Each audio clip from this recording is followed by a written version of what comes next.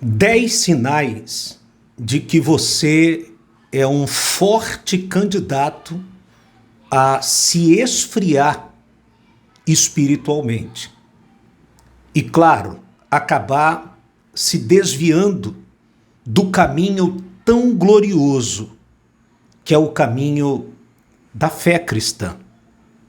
E eu vou trazer isso para você em detalhes, como um alerta do Senhor para você.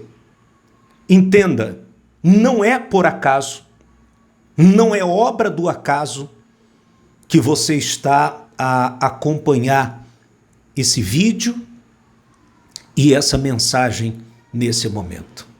Então, esteja atento, tá? Esteja atento, vá pausando o vídeo depois e faça uma profunda reflexão de como anda a sua espiritualidade, como anda a sua intimidade com o Senhor.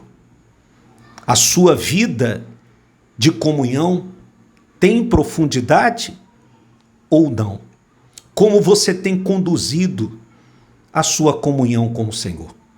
Claro que nós não estamos aqui para apontar o dedo para ninguém, mas queremos sim levar você a refletir sobre essa base da vida cristã, que é a sua comunhão com o Senhor e a sua espiritualidade também. Antes de nós falarmos ou entrarmos nesse assunto sobre esses 10 sinais de que você pode estar se esfriando, se apagando espiritualmente, deixando a desejar no que diz respeito ao cuidado com a sua espiritualidade, eu queria chamar a sua atenção sobre uma coisa muito importante.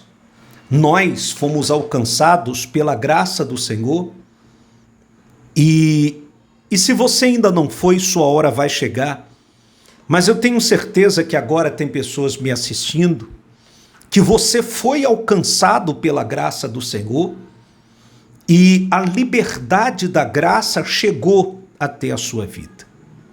Mas quem sabe você é aquela pessoa que não soube fazer uso ou não está sabendo fazer uso da liberdade que a graça de Cristo te trouxe. Bom, você já deve ter ouvido falar da hipergraça. A hipergraça era para ser uma coisa muito boa, verdade.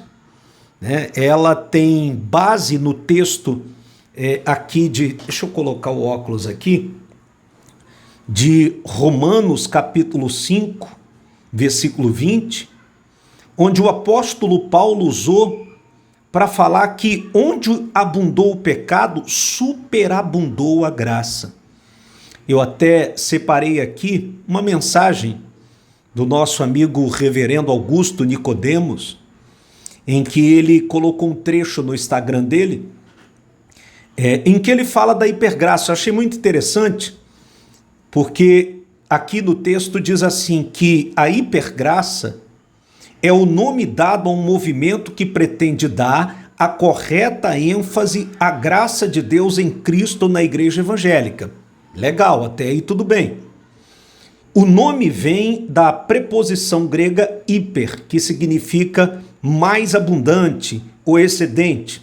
Eu falei para você que Paulo citou isso lá em Romanos capítulo 5, versículo 20. Como tentativa de corrigir o legalismo óbvio de setores evangélicos, o movimento poderia ser bem-vindo, se não fosse uma conclusão errada do ensino bíblico acerca do já e do ainda não. Isto é a presença atual do reino de Deus em sua vinda, ainda futura, conforme ensinado pelo próprio Senhor Jesus. Biblicamente falando, já fomos salvos, mas ainda não do poder e da presença do pecado. Satanás foi derrotado, mas ainda continua a tentar os servos de Deus. já morremos com Cristo, não preciso diariamente mortificar minha natureza pecaminosa, já ressuscitei com Cristo, mas ainda vou morrer. Cristo levou minhas enfermidades na cruz, mas ainda fico doente e eventualmente irei morrer.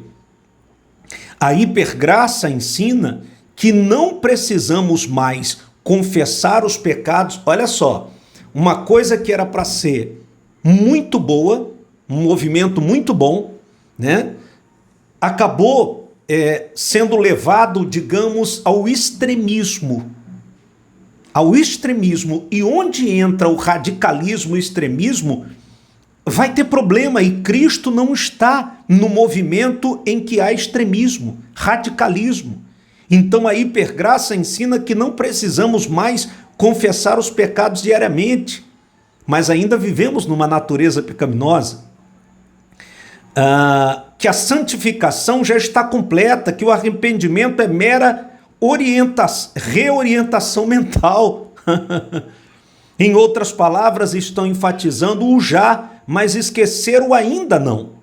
Infelizmente, não são poucos os que acabam se iludindo com esse ensino que promete quase um estado de perfeição aqui desse mundo. E não existe isso, né? Não existe. Nós fomos justificados, mas nós temos defeitos ainda. Não fomos aperfeiçoados.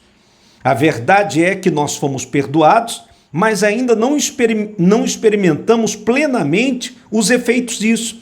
Fui santificado, mas ainda não aperfeiçoado.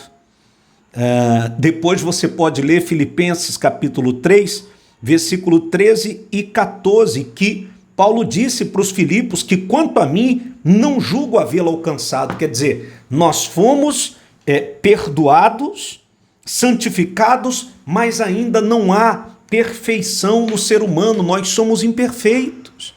Então, o que é que o movimento da hipergraça faz?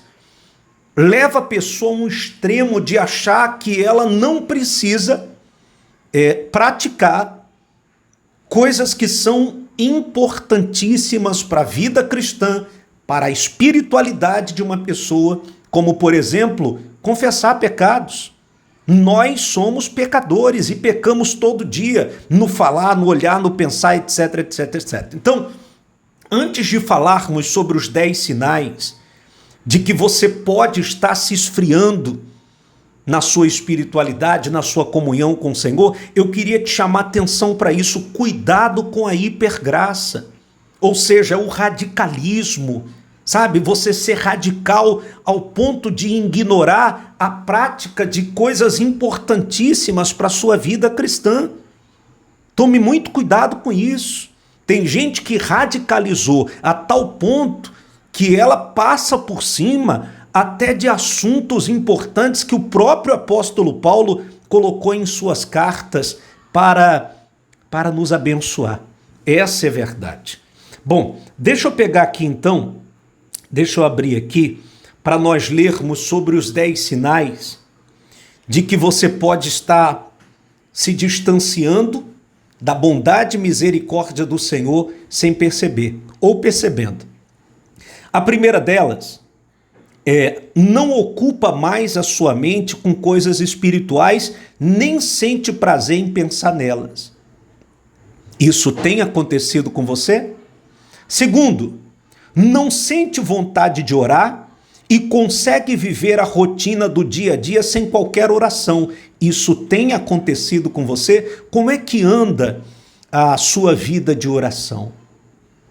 Como é que anda a sua vida de oração? Terceiro, todas as preocupações são apenas seculares. Não consegue fazer um autoexame da vida espiritual. Quer dizer, está sempre preocupado com a vida secular e esquece do principal, que é a sua comunhão, a sua espiritualidade. Quarto, não sabe mais nem onde encontrar sua Bíblia. Não lê nenhum versículo sequer das Escrituras. Tem gente que abandonou isso, né? Abandonou essa prática da leitura, não tem um devocional, tem pessoas que há muito tempo não têm o contato com a Bíblia física. Quinto, quando sobra tempo, ocupa todo ele apenas com entretenimento e jogos. E isso quando não consome conteúdo pecaminoso. É isso que a gente não entende. A pessoa tem tempo para os jogos, tem tempo para o Instagram, para o Facebook, para o YouTube, para as redes sociais, e não tem tempo para cuidar da sua comunhão com o Senhor. Anda sempre cansado quando é para fazer para o Senhor, quando é para cuidar da sua espiritualidade. Mas para as outras coisas você nunca está cansado. Nunca está cansado para isso. Isso é muito perigoso. Sexto, não consegue ficar sozinho consigo mesmo. Não suporta a sua própria companhia, pois não possui mais uma vida interior com Deus. Tem gente que chegou a esse extremo, chegou a esse ponto, sim. E aí o sinal de alerta está ligado. Sétimo, não sente mais necessidade de estar envolvido com atividades, pessoas e disciplinas espirituais. É aqueles que dizem assim, não, eu não vou me envolver com ninguém. Não quero mais me envolver com ninguém. De repente, porque no passado você se frustrou na religião em que você estava e hoje você radicalizou a tal ponto que você acha que não deve se misturar com ninguém. E abandonou as disciplinas espirituais. Dentre elas o jejum, a oração e a leitura da Bíblia. E congregar também. É uma disciplina, faz parte da disciplina espiritual. Oitavo, sua sensibilidade ao pecado está debilitada. Peca conscientemente, sem qualquer advertência. É o que eu chamo de mente cauterizada. Sabe, você já nem sente mais nada. Pecado para você já se tornou uma coisa tão comum que você pratica e a consciência nem pesa. Nono, práticas que considerava pecado começa a fazer parte da vida. As palavras, as intenções, as motivações mudaram. Quer dizer, aquilo que você falava, poxa, isso é pecado, isso é errado, eu não vou fazer isso não, em nome de Jesus está repreendido isso. Hoje para você pratica. O que você repreendia, hoje você pratica. E a décima, os assuntos do céu não são mais reais. Quer dizer, você não se lembra de quando você conversando com alguém, o assunto era eternidade, o assunto era o céu. Esses assuntos, de repente, para você são enjoativos, né? São assuntos que soam aos seus ouvidos como uma canseira. Então, meus irmãos, eu quero encorajar vocês a fazerem uma reflexão sobre a sua espiritualidade. Principalmente você que foi alcançado pelo Evangelho da Graça. E você pegou a liberdade da graça, jogou para o ar, e agora você está praticando a hipergraça na sua vida cristã. Reflita sobre isso. Reflita, pense. O que é que precisa mudar? E ninguém está falando aqui de religiosidade. Estamos falando de comunhão com o Senhor. Se inscreva no canal se ainda não é inscrito. Ative as notificações. E comente aqui, tá?